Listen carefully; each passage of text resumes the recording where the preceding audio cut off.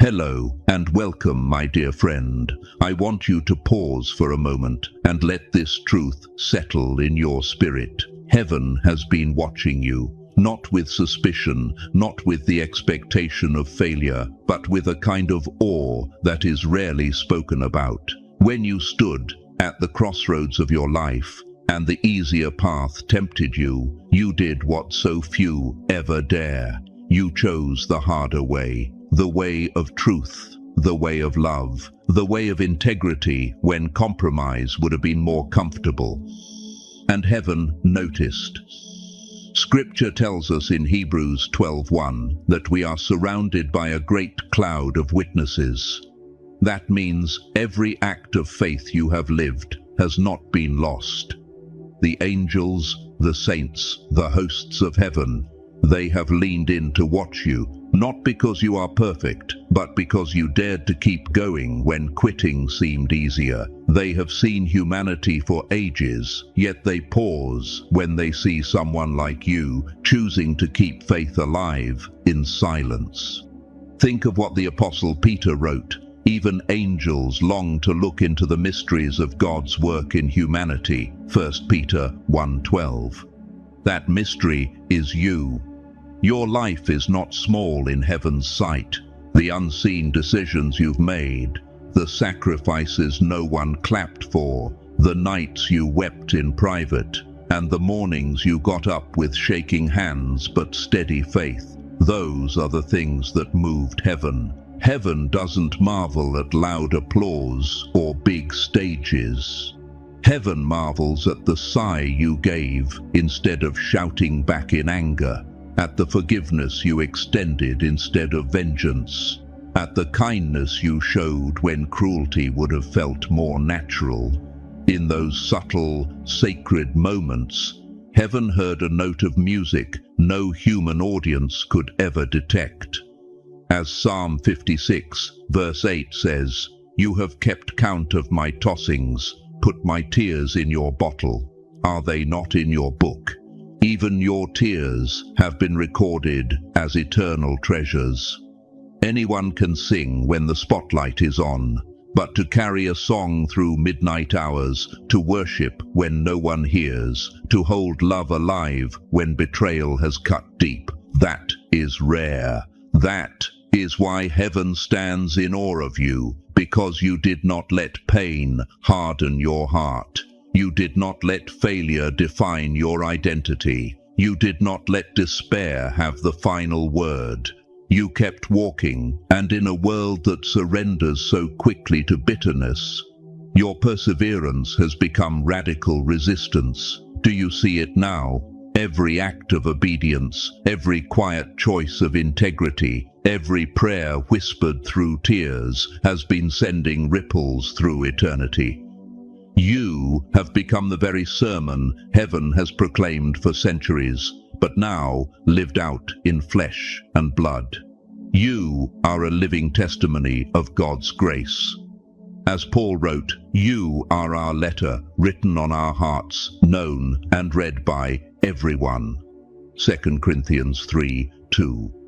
Maybe you still see yourself as ordinary. Maybe you are distracted by bills, by routines, by disappointments, but heaven is not blind to what you carry. Every silent decision not to retaliate, every refusal to compromise when no one was looking, every moment you chose patience instead of complaint, those have been thunderclaps in heaven's courts. Heaven has already celebrated you. Heaven has already written down your obedience as eternal treasure. And those choices didn't just change heaven's record, they changed you. They made you stronger, sharper, wiser, more radiant. Even if you can't always feel it, the Spirit of God has been shaping you like a potter with clay. Isaiah 64:8 says, "We are the clay, you are the potter, we are all the work of your hand." What looked like breaking was shaping. What felt like silence was preparation. What felt like loss was actually planting. That is why you are rare. That is why you are chosen. Angels have seen light collide with darkness. They have seen seas split, mountains move, the dead raised. Yet still they pause when they see you hold faith through storms. They have seen humanity curse God when pain arrived. But then they saw you cling to him anyway, and they could not look away. That is a miracle. So don't diminish what you've done. Don't minimize your obedience. Heaven has already marked it. Heaven has already celebrated it. And soon the world will feel the fruit of it. What you sowed in silence is about to bloom in the open. That integrity that seemed invisible will become undeniable.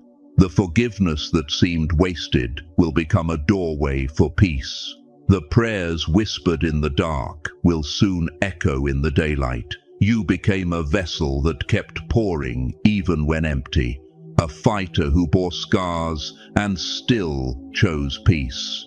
A soul that refused to quit. That is not ordinary. That is heavenly. You are already walking in blessing that cannot be taken back. As Romans 11:29 declares, for the gifts and the calling of God are irrevocable. His hand has been on your life from the very beginning.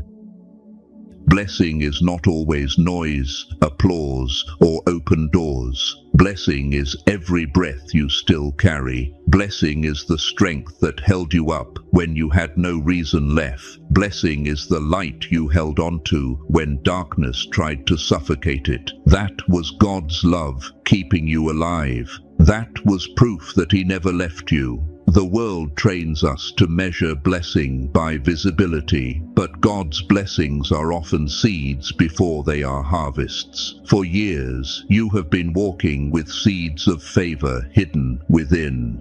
Now, the soil around you is shifting. What has been buried is about to break through.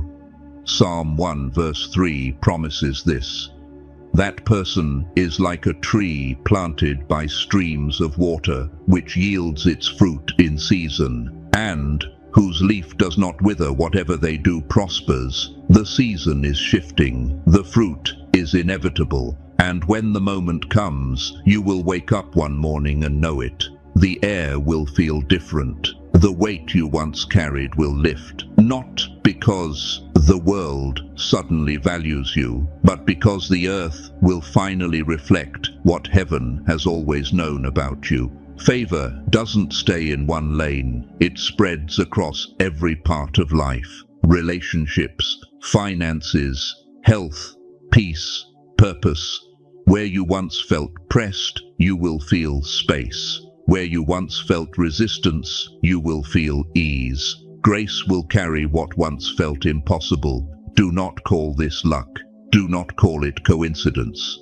This is the reward of endurance.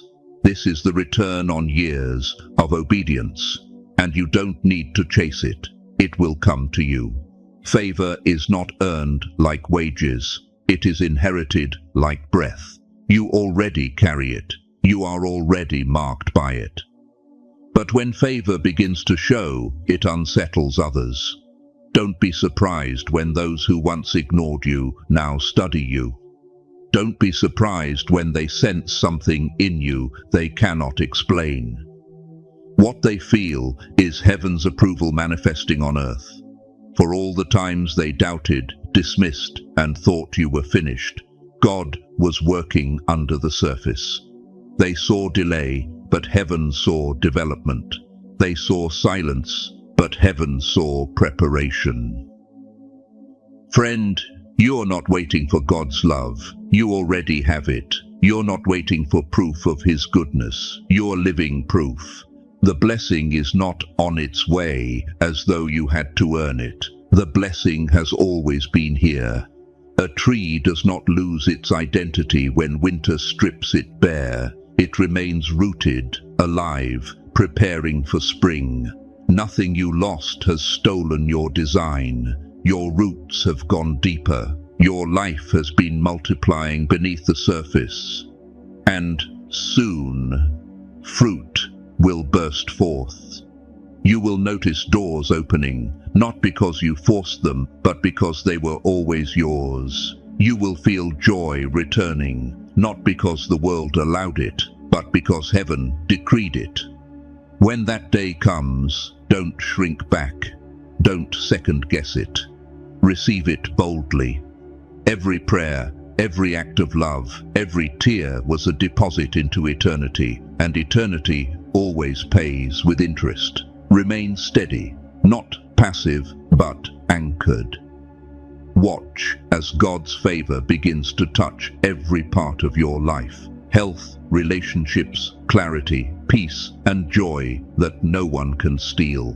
Because when you step into this new season, you will not just feel different, you will be different. God's love has been shaping you all along, and soon you will wake up and everything around you will confirm what heaven has declared about you from the start. You were blessed all along.